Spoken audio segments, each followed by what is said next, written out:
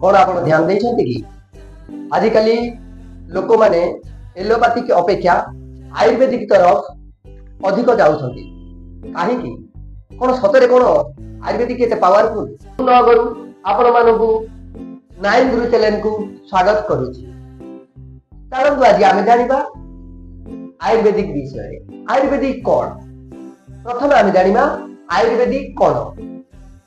आयुर्वेदिक अर्थ होला आयु प्लस वेद। आयु माने जीवन, वेद माने ज्ञान।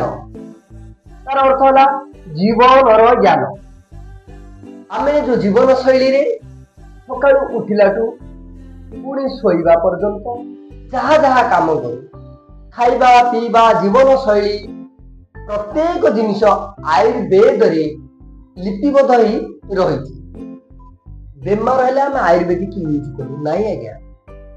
आयुर्वेद रे लिखा जाइछि आमे सकाळु संध्या पर्यंत कौन खाइबा कौन पीबा किपरि चलिबा केते समय काम करिबा को समय रे सोइबा प्रत्येक विधि लेखा रही ताकू ही कहा जाए आयुर्वेदिक। आम जदि रोग ऊपर को विचार करिबा रोग ऊपर विचार करिबा ताहले आयुर्वेदिक शिखाए आमे किपरि सुस्थ रही पारिबा निरोगी जीवन किपरि बंची पारिबा ताही आयुर्वेदिक शिखाए।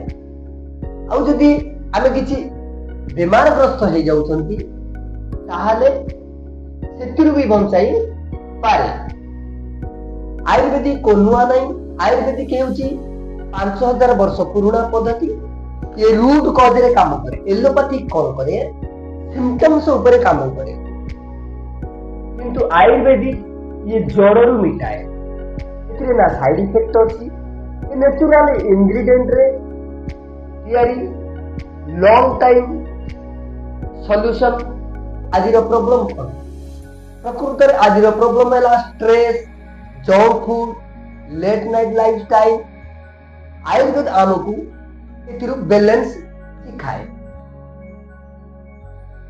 बहुत किछि कथा अछि हमें आगो को आउरी बहुत किछि कथा हबा एई नाइन गुरु पाठशाला रे। हां द्वितीय कथा है आज्ञा आज हेल्थ इंडस्ट्री विश्व रे बहुत बड़ा इंडस्ट्री।